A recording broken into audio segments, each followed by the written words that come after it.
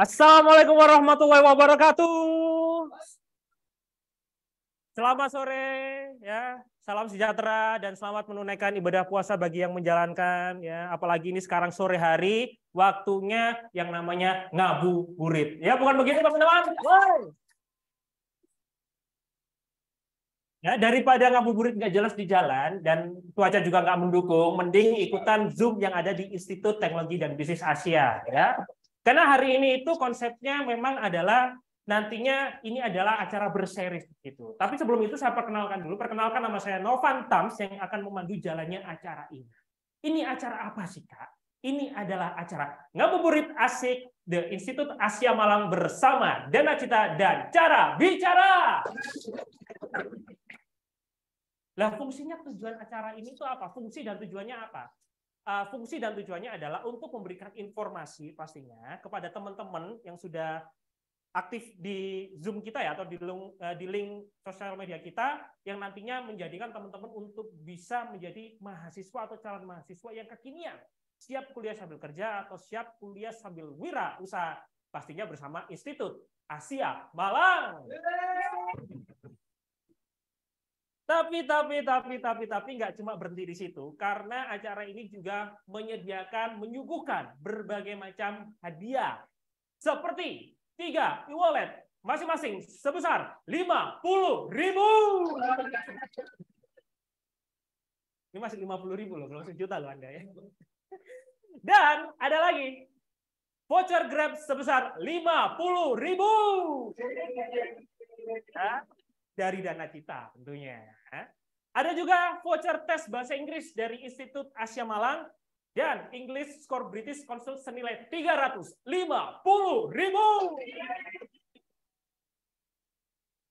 Ada juga voucher flash class communication skill senilai 100.000 dari Cara Bicara.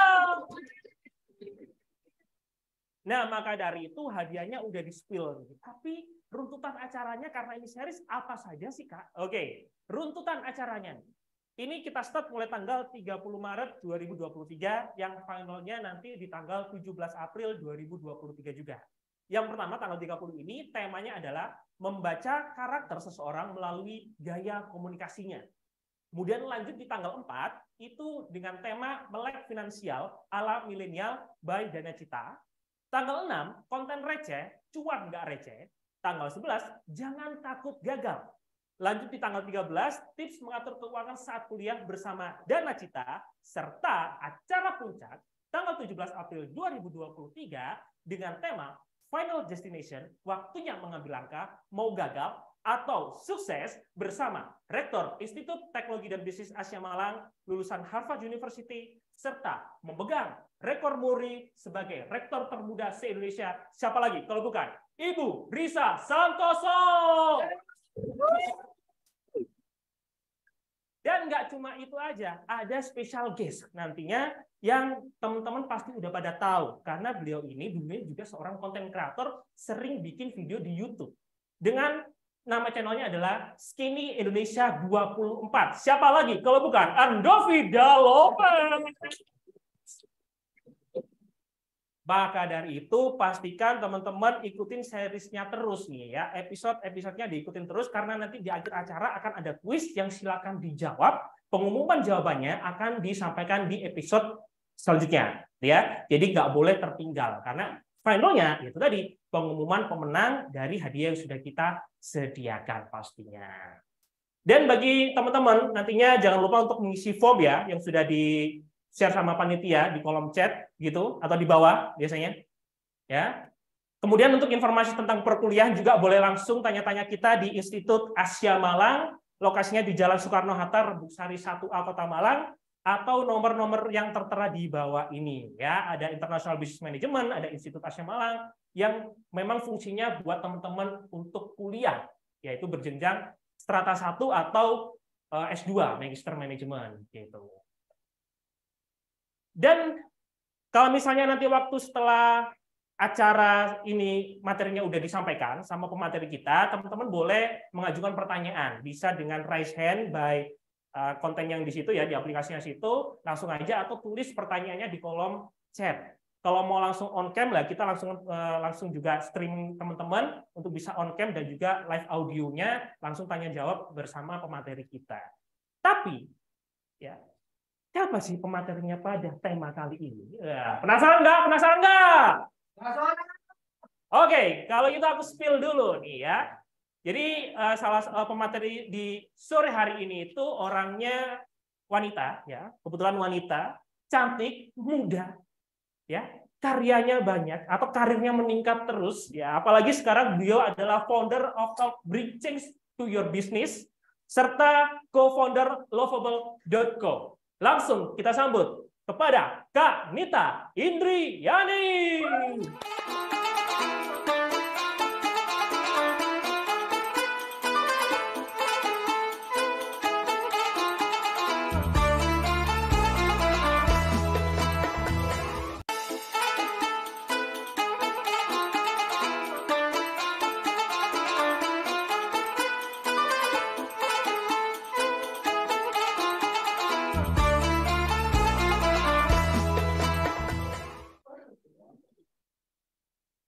Halo, selamat sore. Suara saya udah kedengeran belum ini ya? Oke, thank you. Makasih pembukaannya Kak Novan, udah sampai tari ular tadi, tari Arab, tari perut. Makasih banget ya. Kenalin dulu, nama saya Nita. Saya bekerja sebagai atau berprofesi sebagai independent consultant. Dan saat ini saya memiliki 5 bisnis di Jakarta dan Surabaya yang saya coaching. Dan 5-5-nya alhamdulillah berkembang. Nah, sambil mengisi waktu, rasanya teman-teman di sini sebagian besar puasa semua ya. Ini sebentar lagi kan waktunya buka puasa ya. Sebentar lagi kan waktunya buka puasa ya. Jadi sambil menunggu waktu buka puasanya, kita akan ngebahas sedikit tentang cara membaca karakter lewat gaya bicara internasional. Kenapa sih membaca karakter lewat cara bicara ini penting? Oke, yang pertama saya spill dulu ya. Kita itu kalau melakukan apapun, baik itu bisnis, baik itu dalam kehidupan sehari-hari, belajar, sekolah, dan lain-lain, pasti akan berhubungan dengan manusia lain dong.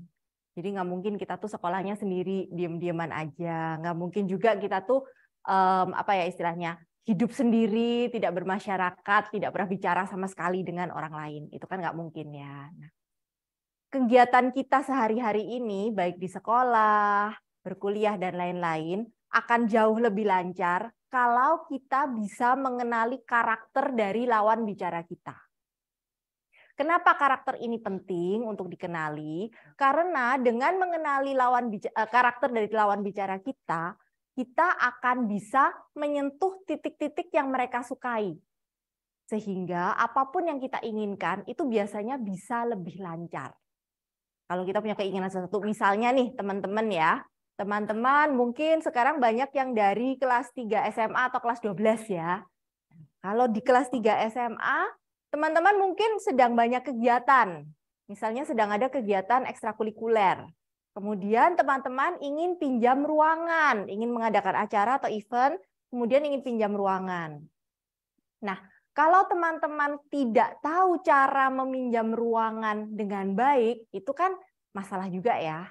Kita kan nggak mungkin datang tiba-tiba ke TU, ke tata usaha, atau ke bagian administrasinya, tiba-tiba langsung bilang, Pak, gue mau minjem ruangan. Kira-kira dikasih nggak teman-teman? Enggak.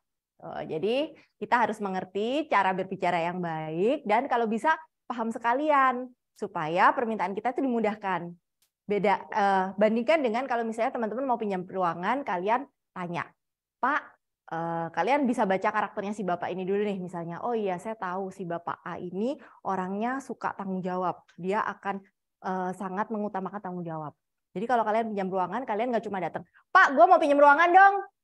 Kalian harus bisa ngomong kan, misalnya, Pak, mohon maaf, boleh saya pinjam ruangannya, nanti saya pastikan untuk sebelum saya kembalikan, ruangannya saya bersihkan kembali. Kira-kira lebih enak yang mana? Tuh, pasti teman-teman bisa milih sendiri ya. Nah, untuk materi pembacaan karakter kali ini, saya akan mengambil dari MBTI Personality Test.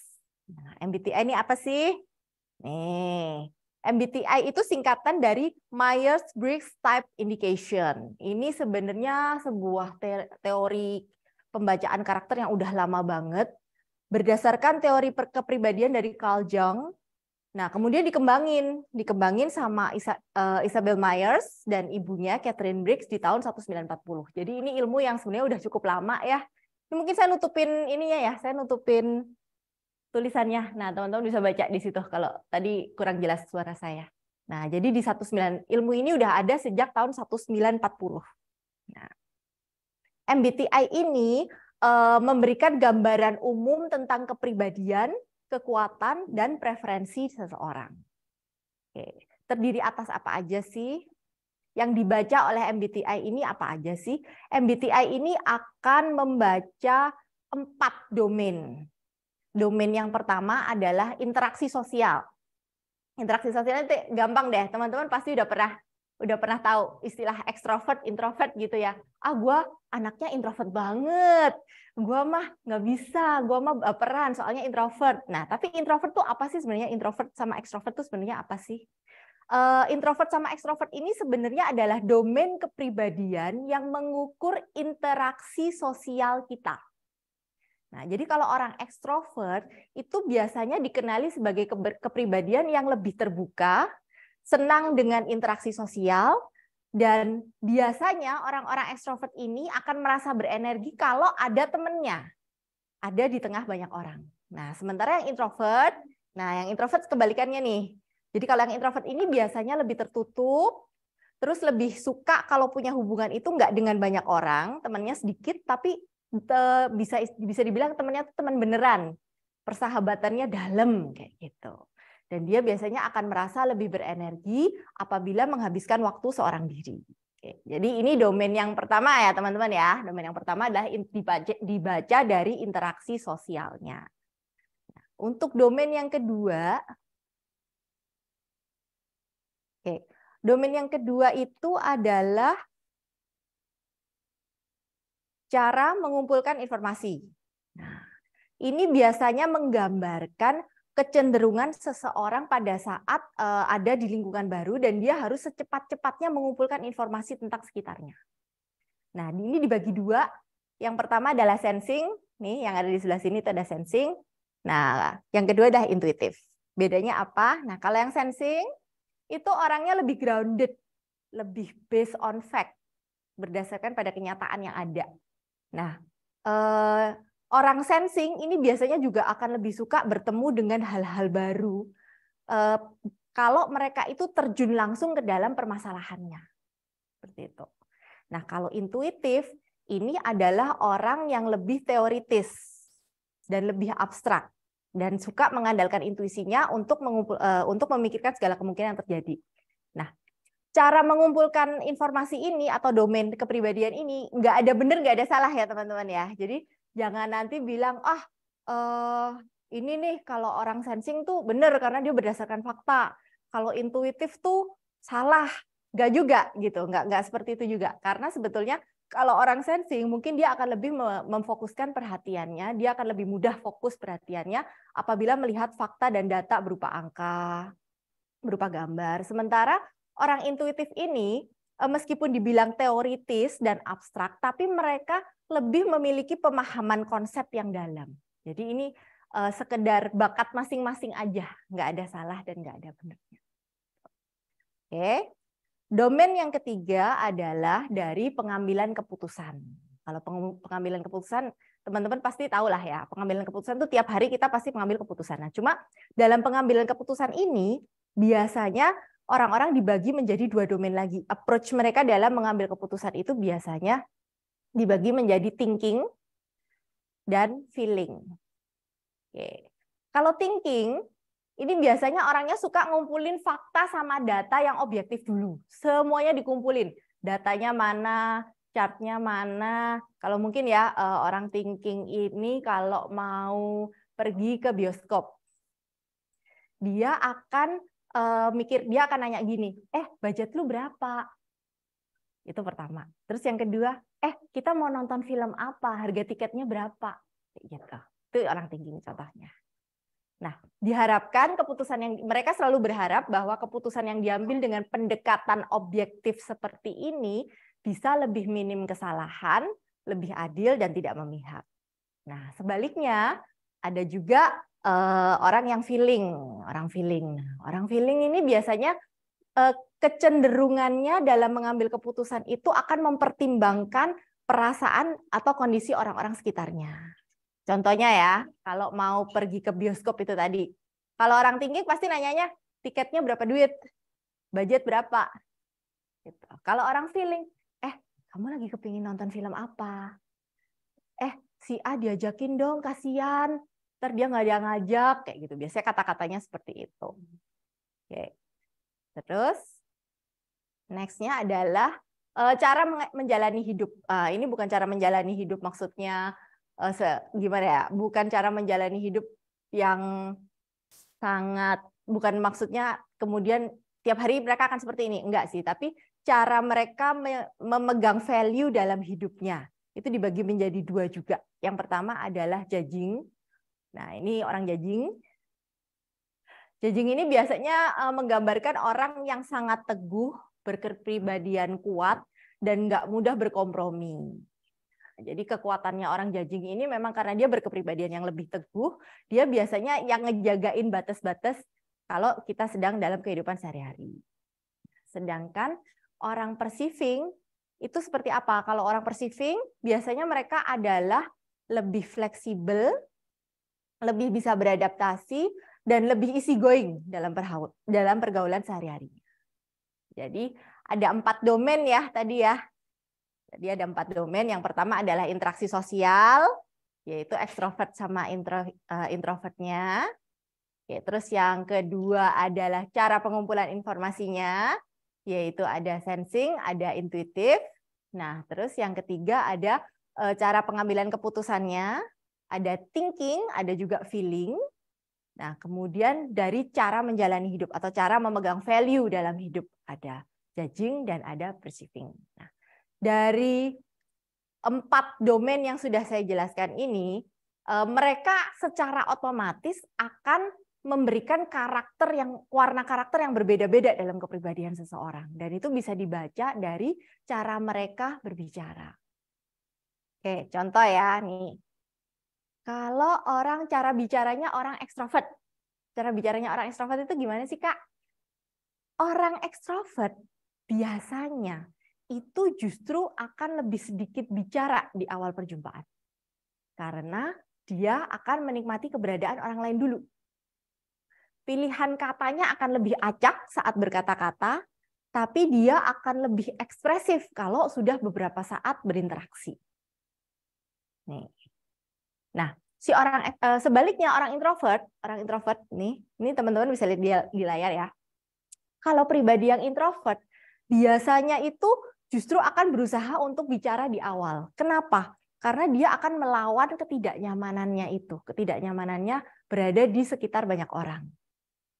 Orang introvert juga cenderung memikirkan kata-katanya dengan lebih baik terlebih dahulu. Nah, sehingga orang introvert ini kalau ngomong, biasanya jeda bicaranya itu lebih lama dari teman-teman ekstrovert. Nah, teman-teman introvert juga sedikit irit dengan kata-kata, tapi akan kelihatan dengan menunjukkan perhatian terhadap detil-detil kecil beberapa saat setelah berinteraksi. Jadi ini salah satu cara untuk menandai apakah seseorang yang ada di depan kalian itu introvert atau extrovert. Oke. Yang berikutnya. Oke, sensing dan intuitif.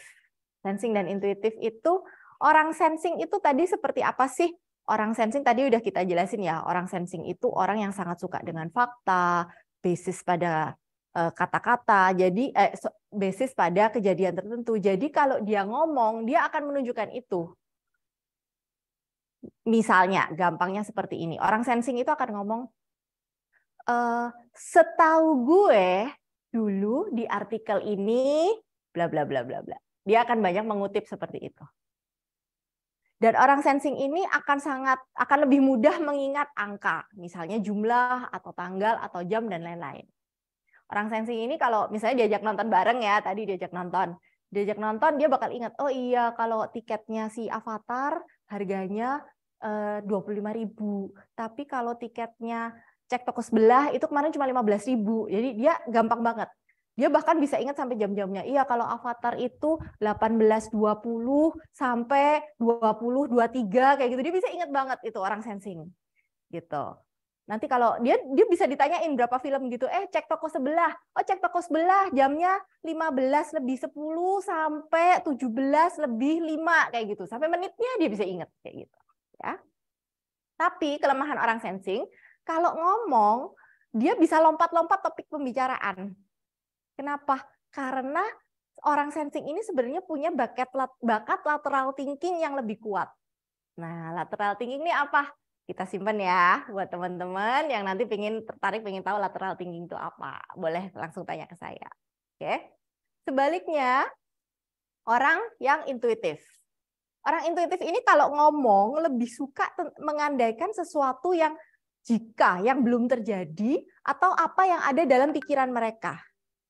Jadi kalau mereka starting pembicaraan, mereka akan start dengan kata-kata, kalau kita mau nonton, enaknya bla bla bla bla bla gitu.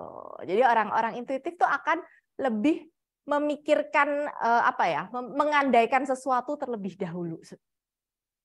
Nah, mereka juga punya kecenderungan puitis atau bertata bahasa estetis. Nah, ini biasanya kesayangannya guru bahasa Indonesia nih.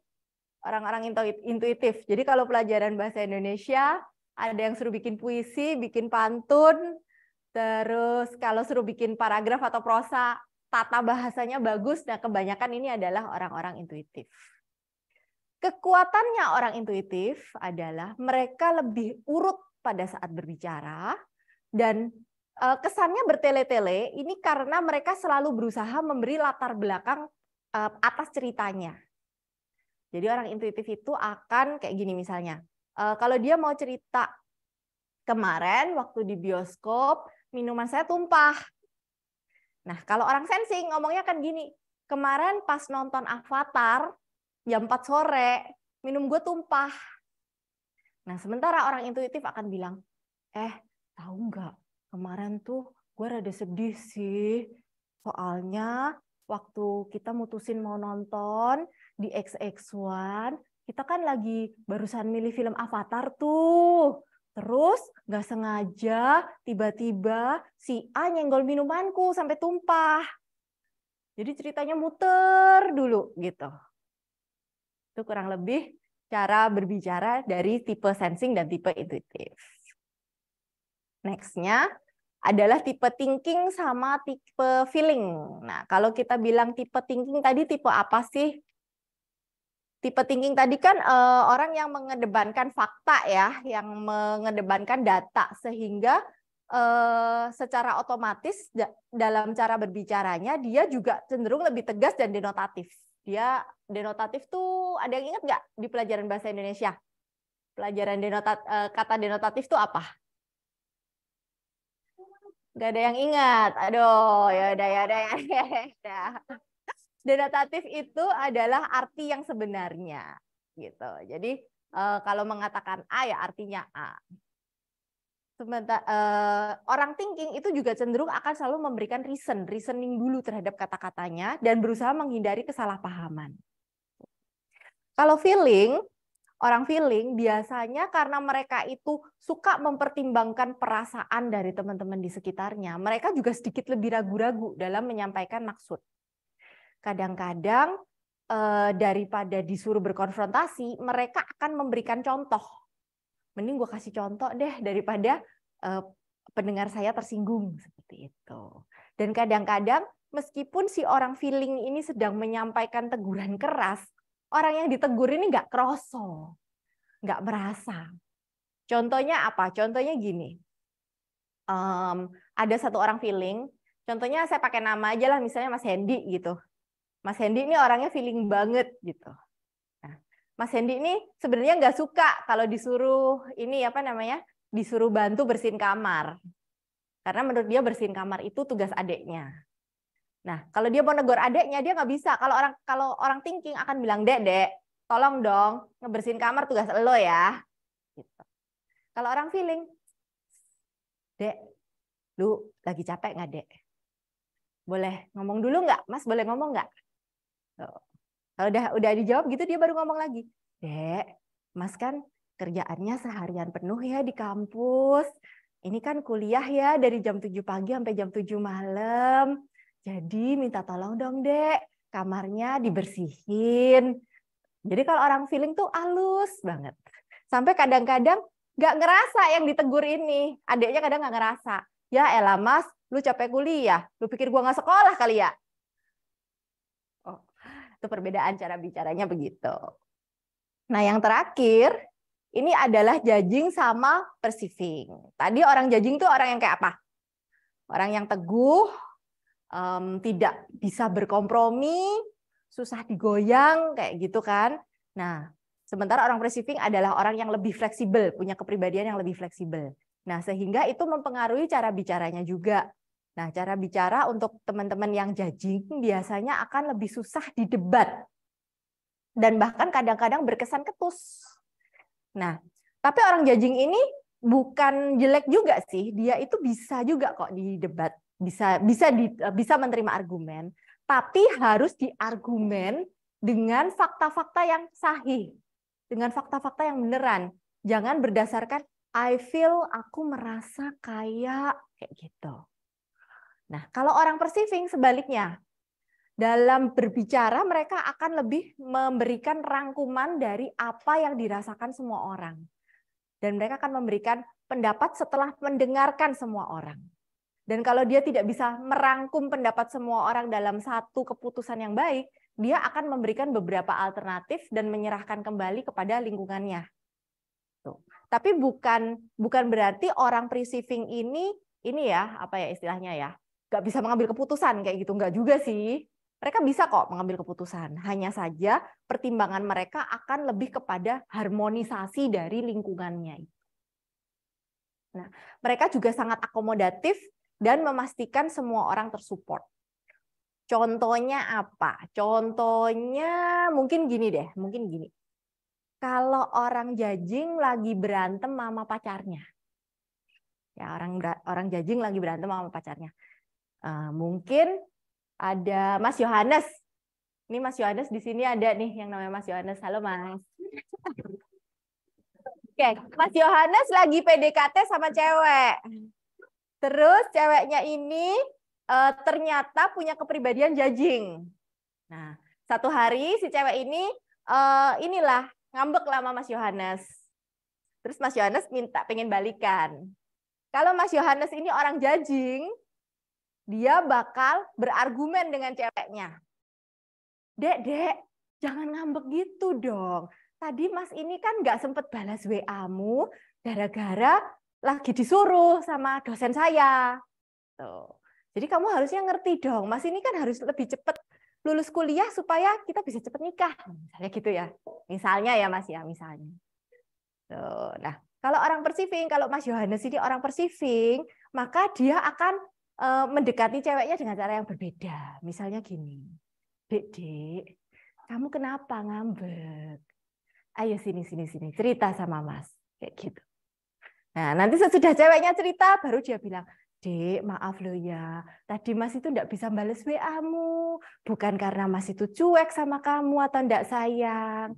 Nah, tapi ini memang lagi disuruh sama Bapak dosen, kurang lebih gitu. Nah, kurang lebih gitu perbedaan cara bicaranya. Jadi, dari cara bicara orang-orang ini, kepribadian-kepribadian ini, sebenarnya kita bisa membaca kok. Mungkin gini ya teorinya. Ada satu teori yang saya suka banget. Ada teori yang namanya thin slicing. Thin slicing ini adalah sebuah teori di mana yang dikemukakan oleh Malcolm Gladwell, dan dia bilang gini, orang itu bisa menilai kepribadian orang dalam waktu 3-5 detik pertama. Dan itu penting. Kenapa? Karena dengan kita bisa mengenali kepribadian orang, kita bisa mengatur diri kita bisa memilih kata-kata data-data yang tepat untuk dikatakan kepada orang tersebut agar maksud kita tersampaikan dengan lebih baik dan tujuan kita juga tercapai lebih cepat. Jadi itu kurang lebih. Nah, dari dasar teori ini, dari dasar teori thin slicing ini, kita gabungkan dengan ilmu MBTI dan patokan cara berbicara dari tiap kepribadian yang kita pelajari hari ini. Ini bisa teman-teman praktekin untuk keseharian teman-teman semua. Misalnya tadi mau pinjam gedung buat event, atau mau minta sponsorship, atau mungkin kalau teman-teman yang SMK ya, ada project. Nah, project itu kan biasanya butuh ini ya, butuh sponsor, butuh guru pembimbing, atau butuh teman satu grup. Cara meng-approach teman satu grupnya itu bisa dibuat lebih baik kalau kalian tahu cara membaca karakternya. Oke. Nah, mungkin bisa dicekin dulu Mas Hedi, untuk dari teman-teman yang Zoom ada pertanyaan nggak? Belum ada pertanyaan ya? Oke. Oke. Kalau belum ada pertanyaan, ini tadi kita janjinya ada kuis ya, Mas Novan? Oke. Kita janjinya bakal ada kuis ya. Ada berapa pertanyaan nih Mas Novan? Oh, satu. Satu pertanyaan. Oke, satu pertanyaan. Satu pertanyaan dari saya apa Mas Novan nih? Langsung aja dari saya ya. Oke, sip. Oke. Kalau gitu, nanti minta tolong jawaban dari pertanyaannya harus di WA ke nomor IBM. Oke, Kak Hendy bisa tolong ditampilin nomornya di bawah sini. Oke, sip. Di form. Oke. Ada di kolom. Oke. Jadi, aku jelasin dulu ya. Jawaban dari pertanyaan harus di WA ke nomor IBM dan diketik di kolom chat. Jadi dikasih ke IBM dan diketik di kolom chat. Oke.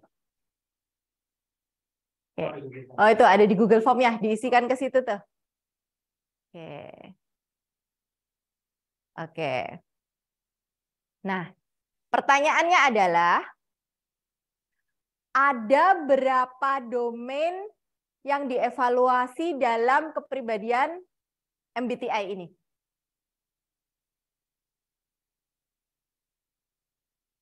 Oke. Saya ulangi ya. Ada berapa domain yang dianalisa dalam analisa kepribadian MBTI ini? Diisi formnya ya, diisi formnya. Jangan lupa. Nanti pengumuman pemenangnya kita sampaikan minggu depan. Oke. Ini ada pertanyaan kayaknya. Boleh dibacain nggak, Kak Novan?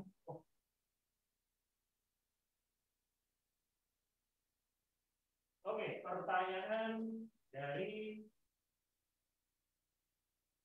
pertanyaan dari Dimas ya. Oke, dari Dimas Arya. Kakak, saya suka marah-marah, nggak ada alasannya. Tapi abis itu baik lagi, dia kenapa ya?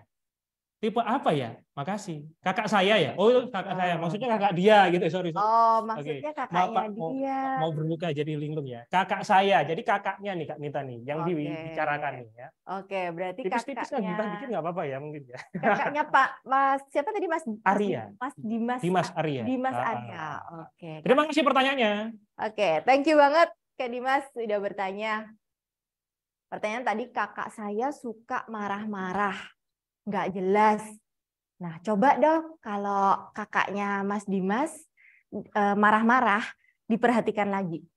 Satu, pemilihan kata-katanya. Dia itu lebih menampilkan, lebih mengutamakan emosinya, atau dia mengutamakan faktanya. Kayak tadi contoh saya, Mas Novan lagi marah sama ceweknya. Gitu. Ceweknya waktu marah itu selalu ngomongnya gini, Mas Novan, gimana sih kamu nih? Kamu kalau janjian tuh selalu telat. Kita janjian jam 3 sore, kamu datangnya jam 4.30. Lumutan aku suwe-suwe. Gitu. Nah, Kalau dia itu bicaranya itu lebih kepada faktanya, apa yang menyebabkan dia itu marah, maka dia itu termasuk kepribadian sensing. Nah, sedangkan kalau dia itu ngomongnya lebih kepada perasaannya dulu, Mas Novan, masiku nggak sadar tak, aku nunggu sampean segini lama ini sampai bosen, sampai males. Gak jelas sampean niki. Dia mengutamakan mengeluarkan emosinya terlebih dahulu, maka dia adalah orang intuitif. Seperti itu. Nah, saya nggak pernah menghadapi kemarahannya kakaknya Mas ini ya, Mas Dimas ini ya. Cuma orang itu dalam kepribadian MBTI kepribadian saja. Tapi biasanya akan memiliki kombinasi dari beberapa kepribadian. Nah, jadi contohnya adalah saya. Saya itu kalau dalam kepribadian MBTI, saya adalah INTJ. Jadi saya itu orangnya introvert, lebih suka sendiri, lebih suka mikir. Kemudian orangnya intuitif, lebih mengutamakan teorinya dulu, mengumpulkan informasi terlebih dahulu, mengandalkan intuisi. Saya juga orang T, thinking.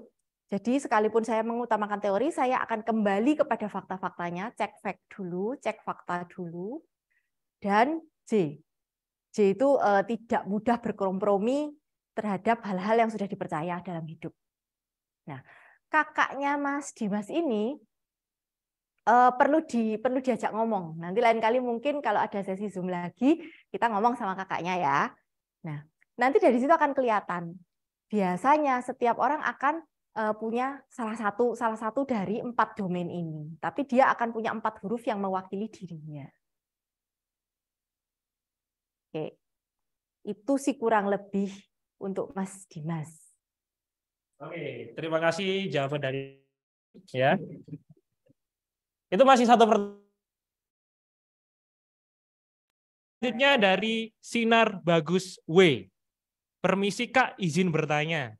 Saya anaknya suka bicara atau pede kalau temenan dengan anak yang introvert.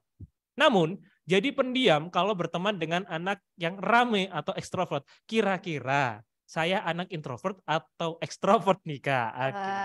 Terima kasih pertanyaan dari Sinar Bagus W. Tepuk tangan dong. Silakan. Makasih Kak Bagus sudah bertanya.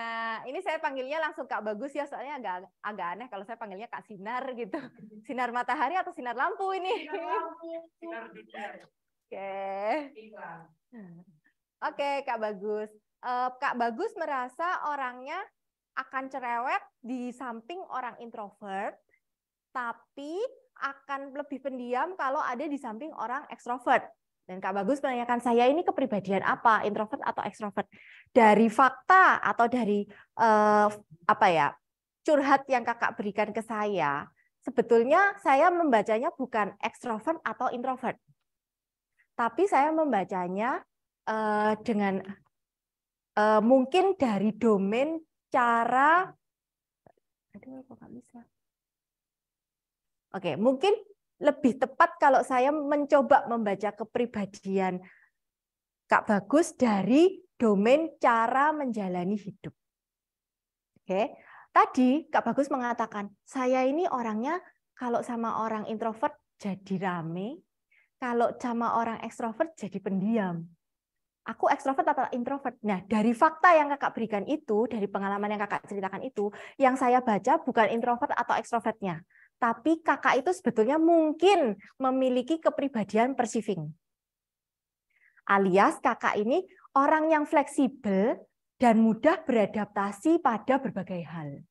Terutama hal-hal yang belum dialami sebelumnya. Tapi kepribadian perceiving ini salah satu cirinya adalah neriman, pandai menyesuaikan diri, dan easy going dalam kelompoknya.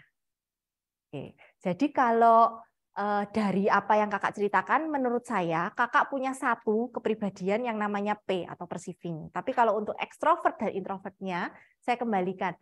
Kak Bagus lebih happy, kalau lagi capek banget, kalau habis dapat tugas banyak, kalau habis dapat PR banyak, itu lebih merasa cepat pulih kalau ada temannya. Jadi rame, ngumpul-ngumpul, main bareng, atau lebih cepat pulih kalau sendirian di kamar, dengerin musik, nulis-nulis, atau melukis, atau apapun sendirian. Nah, itu yang lebih menentukan introvert dan ekstrovertnya Kak Bagus. Gitu. Oke, terima kasih Kak Dita. Itu jawaban untuk pertanyaan yang kedua. Ini ada pertanyaan yang ketiga juga nih. Dari Heru _ HOO air hujan di atas genteng mungkin ya. Oke, kalau gitu saya panggilnya Kak Heru aja. Oke, terima kasih. Ya, terima kasih pertanyaan, saya bacakan dulu. Gimana tipsnya cara memulai pembicaraan yang baik dengan lawan bicara yang baru bertemu? Wah, biasanya pas PDKT nih atau kenalan baru nih Kak Nita. Langsung aja. Cara berbicara yang baik saat bertemu dengan orang baru. Oke, sebenarnya ini akan kembali kepada dasar confidence kita ya, dan confidence level tiap orang itu berbeda. Nah, orang yang punya confidence level tinggi itu akan cenderung lebih mudah mendekati orang baru dibanding mereka-mereka yang level confidence-nya tidak setinggi temannya. Dan ini sebenarnya tidak terlalu ada hubungannya dengan MBTI. Tapi demi Kak Heru saya berusaha menjawab nih ya. Level of confidence itu kalau Kakak tanya, saya gimana caranya supaya lebih mudah mendekati orang baru? Yang pertama, saya tadi udah bilang kuncinya sebetulnya di level of confidence atau level percaya diri Anda. Dan ini bisa dilatih kok. Tenang. Jadi kalau Kakak merasa aku ki wonge grogian, saya ini orangnya gampang deg-degan kalau ketemu orang baru, kalau masuk lingkungan baru, kalau ada di depan kamera. Nah, hal-hal kekurang pedean ini sebetulnya bisa diatasi dengan latihan. Nah, kalau mau tahu latihannya apa nanti bisa bicara sama Mas Danar, bicara-bicara. Mas Danar bicara-bicara ini saya boleh ngundang nggak sih? Masuk ke sini sebentar.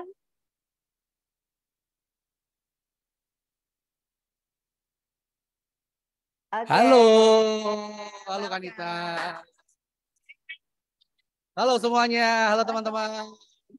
Nih, jadi Kak Danar ini adalah koordinator dari International Business Management di Institut Asia. Ya. Sekaligus juga beliau adalah founder dari Cara Bicara yang ada di pojok sana, di pojok layar itu. Oke. Nah, Kak Danar, sebagai ahlinya Cara Bicara nih, bisa nggak kasih tips buat Kak Heru gimana caranya ningkatin confidence? Oke, nah ini pertanyaan bagus sekali karena biasanya hal-hal seperti ini itu adalah hal yang paling dasar yang biasanya ditanyakan pertama kali, kenapa sih Kak aku tuh nggak pernah bisa percaya diri kalau ketemu sama orang. Nah, saya kasih 2 tips dulu ya. Yang pertama adalah ketika kita ketemu sama orang, kayak saya ketemu sama Bu Nita ini pertama kali nih. Nah, kadang-kadang kita begitu salaman atau kita sebelum salaman deh, ngelihat orangnya dulu, kita tuh selalu berpikir bahwa orang itu satu, lebih tinggi dari kita.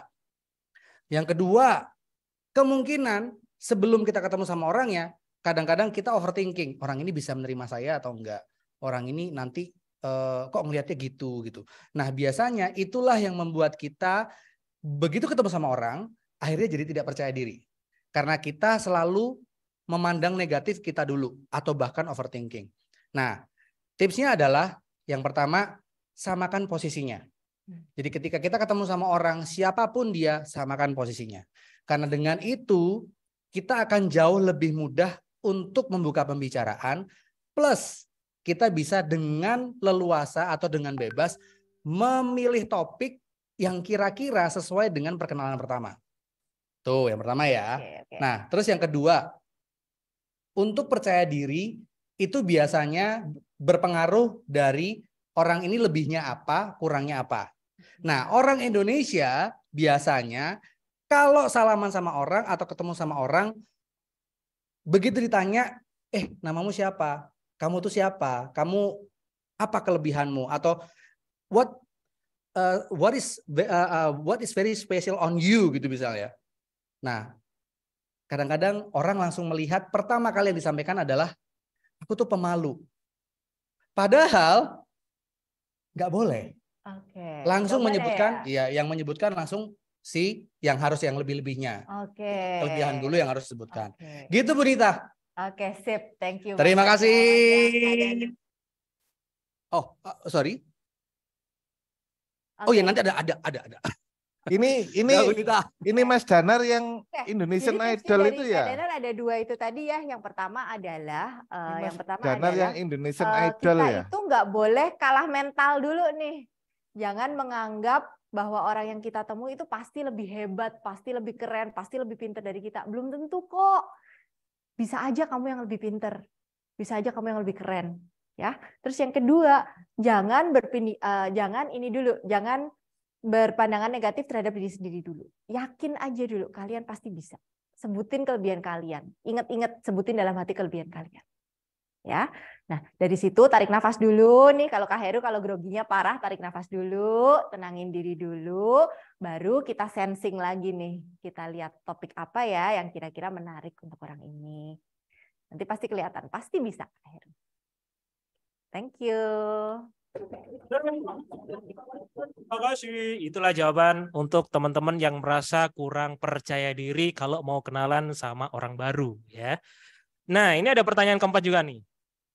Assalamualaikum. Waalaikumsalam warahmatullahi wabarakatuh. Ya. Mohon izin bertanya. Oh, ada izin duluan ya.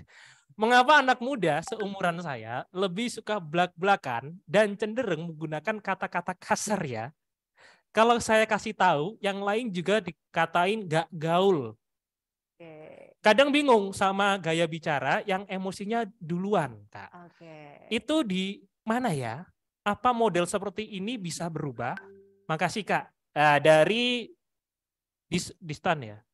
Oh, Didan Kurnia. Terima kasih, Kak Didan Kurnia. Langsung, Kak Nita, dijawab. Halo, Kak Didan. Oke, thank you udah bertanya. Makasih banget.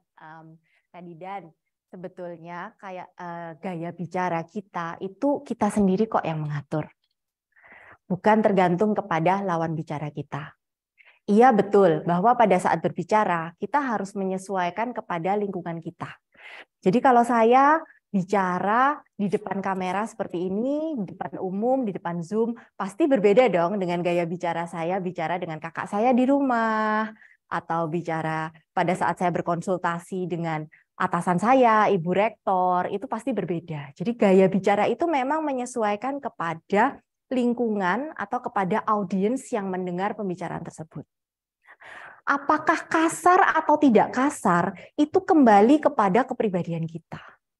Misalnya begini, katakanlah saya bertemu dengan seseorang yang berbicara dengan nada bicara yang sangat kasar ya. Ini saya mohon maaf dulu sebelumnya.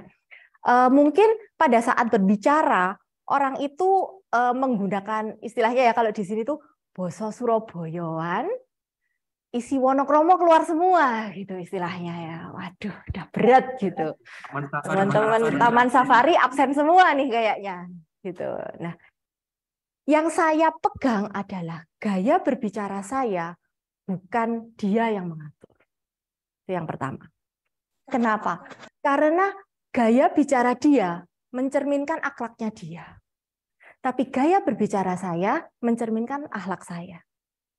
Jadi seandainya pun ada orang yang memancing saya dalam pergaulan untuk berbicara dengan kata-kata kasar, terutama dengan audiens yang tidak terlalu saya kenal, maka sebaiknya adalah tetap menahan diri tidak menggunakan kata-kata kasar.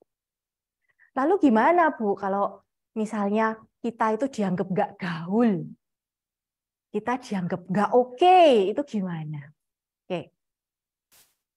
Satu hal yang selalu saya ingat dari mentor saya adalah, waktu saya lulus kuliah dulu, mentor saya berkata seperti ini, Nita, kamu sukses atau tidak sukses, itu ditentukan oleh 2 hal.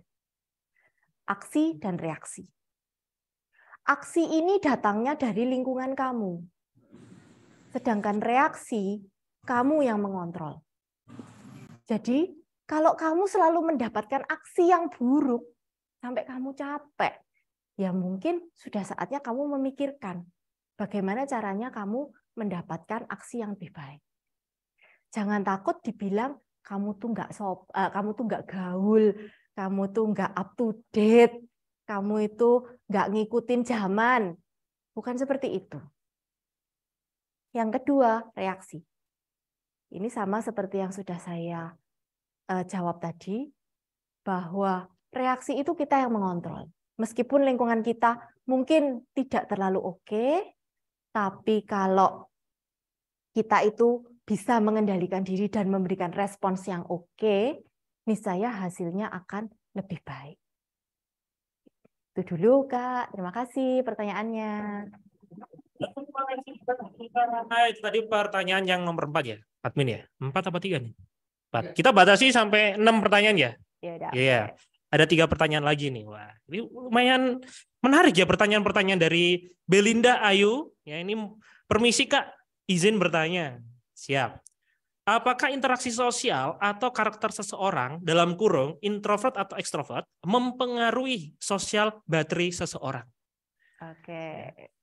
Langsung Kak Nita. Boleh. Oke, apakah introvert atau ekstrovert itu mempengaruhi social battery seseorang? Social battery ini definisinya apa dulu nih? Social battery. Kalau untuk saya ya, sependek pengetahuan saya, Kak Belinda juga pasti punya referensi yang lain. Tapi yang ada dalam referensi saya, social battery adalah semangat kita, spirit kita, atau energi kita pada saat kita harus menghadapi lingkungan dengan banyak orang yang mungkin biasanya kurang nyaman bagi kita.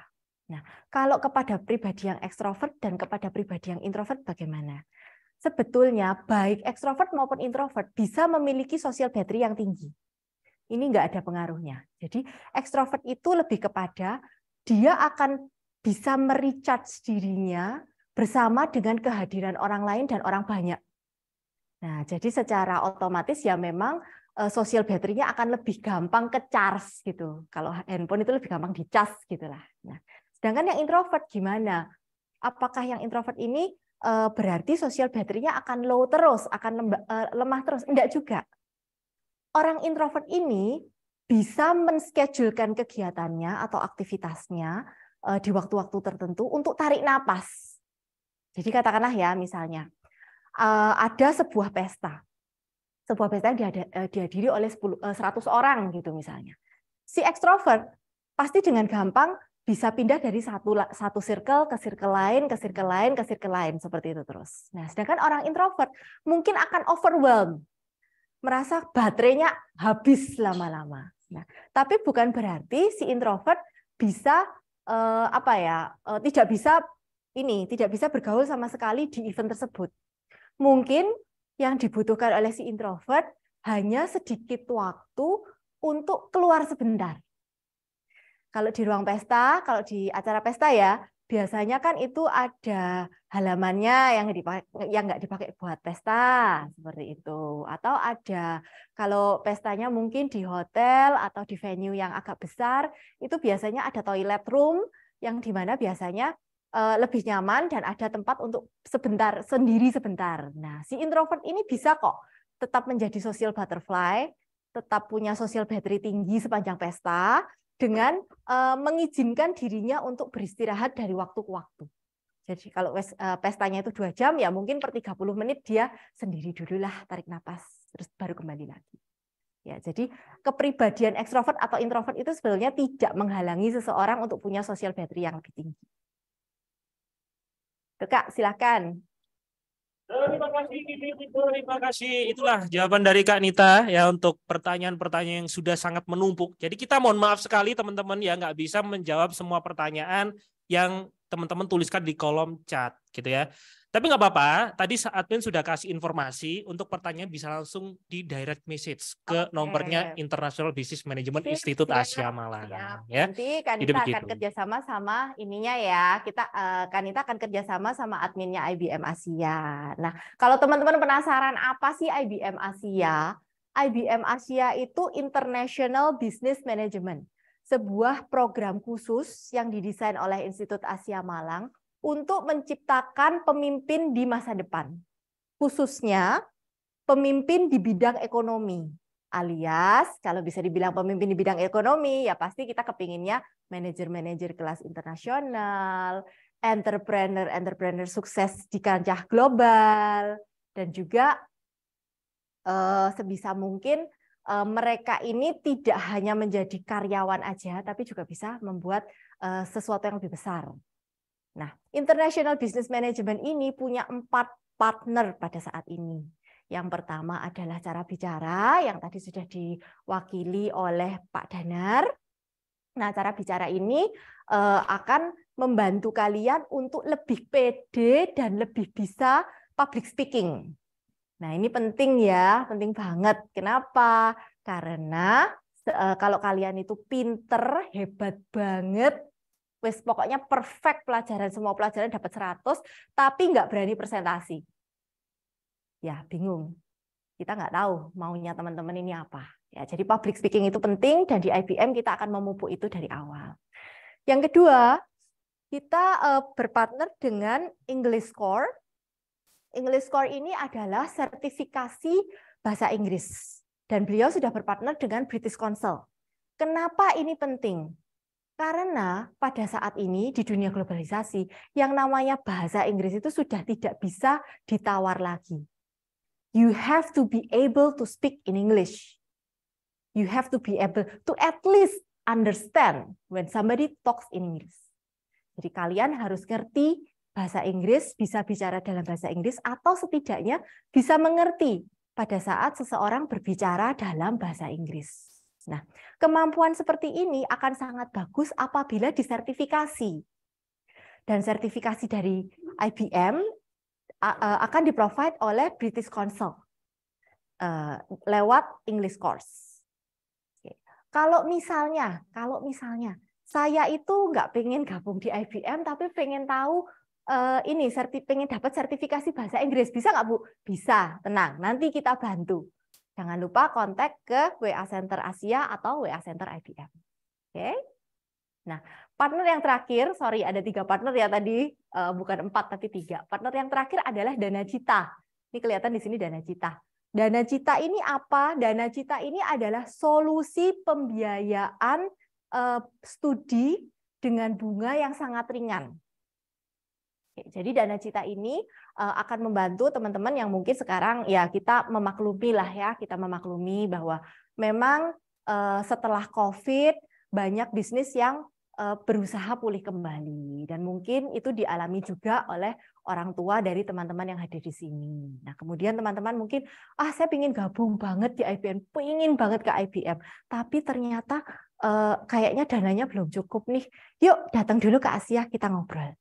Ya, nanti kita bantu lewat Dana Cita, akan ada perwakilan dari Dana Cita juga yang membantu teman-teman, sehingga apapun cita-cita teman-teman, apapun keinginan kalian untuk kuliah di Asia, bisa menjadi kenyataan, bisa kalian raih. Oke. Nah, IBM itu sendiri memiliki kurikulum yang sangat berbeda dari manajemen reguler biasa. Yang pertama adalah tentu saja penggunaan konten bahasa Inggrisnya. Bahasa Inggrisnya ini kita usahakan ada di level 40 hingga 60%. Dan ini jangan khawatir, teman-teman jangan khawatir kalau bilang, Kanita, saya nggak kayak kakak loh, saya tuh nggak pinter bahasa Inggris, nggak pernah saya ini ngomong bahasa Inggris. Tenang, kita sama-sama mulai dari nol. Ya, jadi jangan khawatir, teman-teman akan belajar bahasa Inggrisnya tuh nggak langsung dihajar grammar, harus bisa ngomong, harus bisa begini, harus bisa begitu, nggak seperti itu.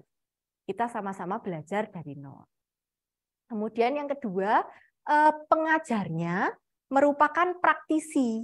Mayoritas pengajar di IBM ini akan merupakan praktisi di bisnis masing-masing. Kenapa ini penting? Karena kami menginginkan mahasiswa lulusan IBM bukan sekedar tahu teori manajemen saja. Kami ingin mahasiswa lulusan IBM betul-betul punya kualitas dan bisa istilahnya ya, bersaing di kancah global, baik itu sebagai business owner ataupun sebagai manajer nantinya. Bahkan tidak menutup kemungkinan kalau bisa ya sebagai digital startup. Nah, kalau yang selanjutnya, keuntungan perbedaan IBM selanjutnya adalah kuliahnya bisa 3,5 tahun, 3,5 tahun saja. Dengan setengah tahun terakhir adalah konsentrasi magang, sehingga teman-teman punya istilahnya pengalaman kerja yang lebih relevan, dan kami juga akan membantu menempatkan teman-teman semua di perusahaan-perusahaan bonafit, sehingga diharapkan setelah selesai magang teman-teman bisa langsung bekerja. Dan keuntungan yang keempat adalah di IBM ini nanti akan ada program immersion. Immersion ini apa sih? Jalan-jalan ke luar negeri, gampangnya gitu ya. Jalan-jalan ke luar negeri, belajar bisnis di sana. Jadi komplit, IBM ini adalah program komplit. Kalian disiapkan jadi manajer global, manajer di kancah global, belajar dari manajer-manajernya langsung, kemudian juga dikasih kesempatan untuk belajar ke luar negeri, melihat bisnisnya di luar negeri, dan 3,5 tahun lulus langsung dicarikan, diplacementkan, dicarikan pekerjaan yang harapannya bisa langsung, habis magang bisa langsung bekerja. Seperti itu. Mungkin ada pertanyaan selanjutnya, Kak Novan? Cukup katanya. Leader kita cukup, jadi biar Kak Nita juga nggak capek. Walaupun itu tadi ya pertanyaannya banyak. Saya sudah arahkan, terima kasih dan mohon maaf memang pertanyaannya nggak bisa dijawab. Langsung arahkan aja ke nomor WA dari International Business Management. Gitu. Terima kasih, kalau gitu waktu dan tempat saya kembalikan ke Kak Novan. Terima kasih, terima kasih.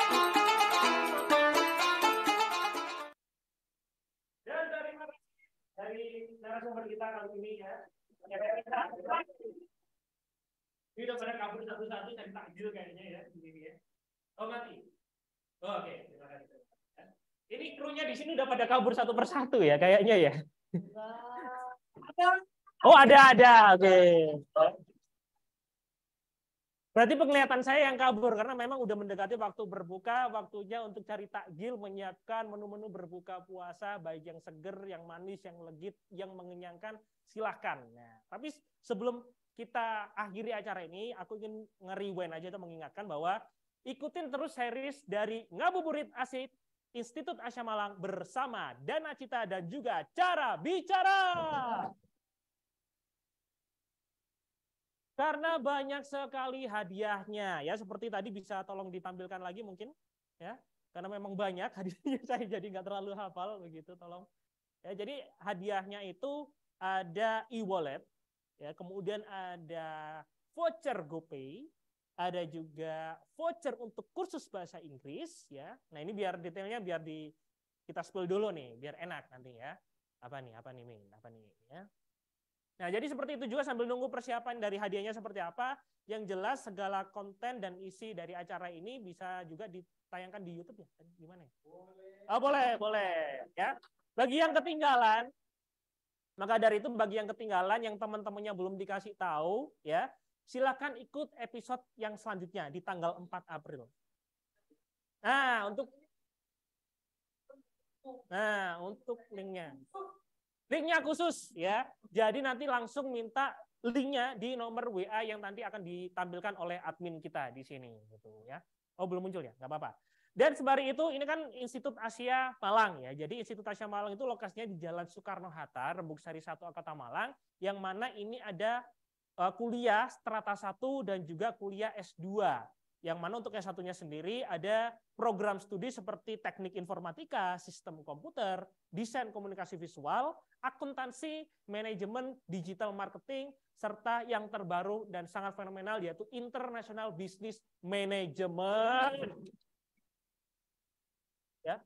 Lulus S1 lanjut kuliah S2 juga boleh di program Pascasarjana Magister Manajemen. Informasi pendaftaran dan pembiayaan apapun itu langsung aja dikontak di kolom yang bawah tadi. Munculin lagi, Min. Nah, nih ya muncul lagi. Memang saya minta untuk selalu muncul ya di situ.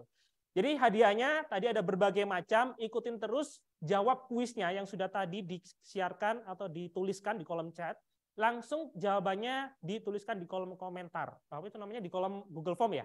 Ya, Min ya? Google Form. Nanti kita akan kasih tahu link Google Form-nya, nanti diisi.